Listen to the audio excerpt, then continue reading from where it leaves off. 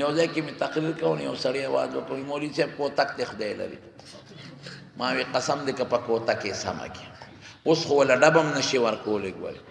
پنجاب قانون پاس کو چې کم سړي ښځې له ډب ورکړه 2 ورځې به کور ته نه راځي بله ورځ یو سړي ښځه والې و اخبار لیکلي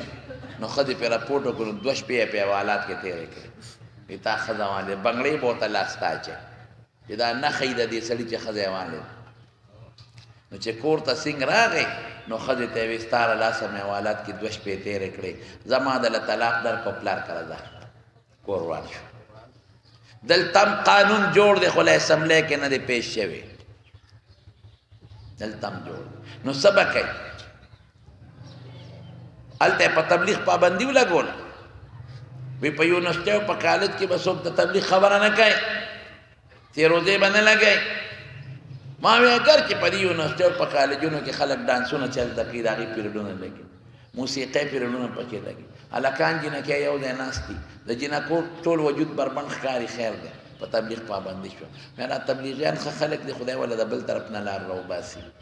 دا چې کوم سړی ښځې له ډب ورکړي او یې 2 ورځې به کور ته نه دی به څه کوي دی به سې روزې لګي بله لارې نشته حجرې ته تللی نه شي جومات ته خو یې زه نه پرېږدم نو بغیر د ته تماشه کوه دومره سې روزې به لګي چې د حد نه وال ګورې په دې هم تاسو پوهیو د ښځو وال په شریعت کې منع دي که ته وایې قرآن شریف کې دي هم شته خو 2 ځایونو کې وال دي واللاتی تخافون نشوزهن ناشزه ښځه هغه والی شي هم په 3 نمبر ناشزه پېژنې زه بیا راته خپله معنا وکړم د دې مولیانو طالبانو هغه نه ناشزه هغې ښځې ته وایي چې خاوند ته ښکرې رابرغوي ناشده هغې ښځې ته وایي چې خاوند ته رانیغېږي او جوابونه ورکوي او دویم د هغې ښځې وال راغلي چې فاحشه فاحشه پېژنې زه بیا راته خپله معنا وکړم هغه ښځه فاحشه ده چې په موبایل پر 2 هلکانو سره خبرې کوي دی لنډ مثال دا 2 ښځې والې شي که مالګه تې زیاته کمه شوه هغه ښځه نه شي والی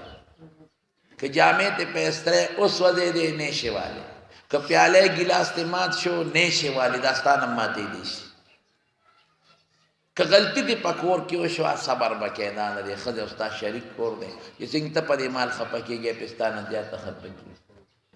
دغه 2 قسمه ښځې والی شي هم وال په 3 نمبر ولې قرآن شریف کې الله فرمایي غیظوهن نصیحت ورته وکړي که په نصیحت خمې نه شوې نو وهجروهن فی المضاجع ملاستې ته جدا کړې په دې به سمه شي او که په دې هم سمه نه شوه نو وضربوهن ویې وهئ خو د والو ځان د خپل قانون دی حضور پاک فرمایي وایي چې کله ښځه وهې په مخ به نه وې اذا ضربتم فاجتنبوا الوجه سپیم په مخ وال ګناه ده خرم په مخ وال ګناه ده دا د ډول ځای دی چې څه څنګه خپل مخ ډولې ساتل غواړي نو سپی او خرم مخ ډولې ساتل غواړي په مخ به نه وې ښځه په مخ نه شي وانې نو فقهاو زموږ د دې نه مسله راایستې ده وی دې نه معلومه دا شوه چې ښځه د هر ډول په ځای نه شي والی لکه ښځه په سر به نه وې دا هم د ډول ځای دی ګوره چې ویښته سپین شي تورۍ او کلیپونه پکې اچوي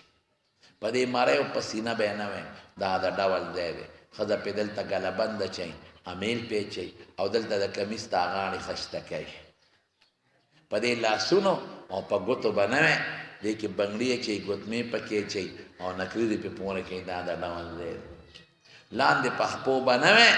په دې نکري دې پورې کوي او پازې پکې اچوي نو ما له طالب چټ راولېږي په کوم ځای ووم ځکه چې په سر او په مری او په مخ او په لاسونو په خپو والمنه دي په کوم ځای ووم مې لکه لاول خو مه وه وکوې نو په دې املا یو ډب ورکوه هم رسول الله صلی الله علیه وسلم د هغې اندازه ښولې ده ضربا غیر مبرح سخت وال به نه کې وی په څه به سمیږي چې وال دې بند کړل په دین به سمیږي په ښو اخلاقو به سمیږي یو ځل بی بي عایشې صدیقې سره ګیلاس و د اوبو جام یا لوخ دا زمانه حضور پاک وتوی عائشہ چې تو بوس کی مال راوړه میدا الله رسول تاسو مخ کې اوس کې زما بیا اوس کومه نه توس دې زمانہ کې خزه د خاون نه مخ کې وبس کړي شي سوال نه پیدا کی چې او به اوس کله او حضور پاک له راوړي نو نبی علیہ السلام ورته فرمایل وی عائشہ شونډې دې پکم دی لګېدلې دا الله رسول په دقه ده قسم په خدای حضور پاک د عائشې بیبي د شونډو په دې شونډې کې خو دې وبوس کله تخذ سره داسې مینه او کچې د قرباني کې په نه قرباني